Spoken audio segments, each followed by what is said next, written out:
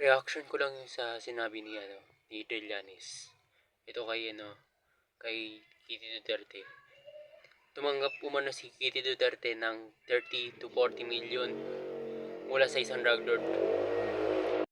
Saan mo naman yan nakuha, Trillanes? Huwag puro salita, pero wala naman sa gawa. At saka, hindi mo naman napanayin yun. Ang hirap kasi sa iyo, Trillanes, kinakalaban mo yung mga Duterte. Kaya napapag-inisan ka ng mga tao eh. Alam mo naman, dati kang sundalo. Hindi ganyan dapat ang magiging sundalo. Kaso nga lang, nabayaran ka na ng politics eh. Sarado yung utak mo. Alam mo, bata yan. Paano makakatanggap ng malaking pera yan? At saka yan, ang ama niyan, si PRRD. Hirap sa'yo, Trillanes eh. Huwag na patulan yan. Kasi may sakit yan sa pag-iisip. Kaya nga, tingutog mo, hindi na yan tumagal niya sa military. Dahil sinuka na yan eh.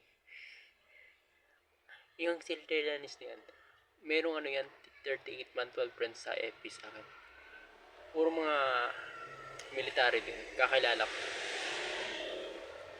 Ay naku, si Trillanes. Dahil yan sa ginagawa mo, pwede kang makasuhan dahil sa paninira ng ibang tao.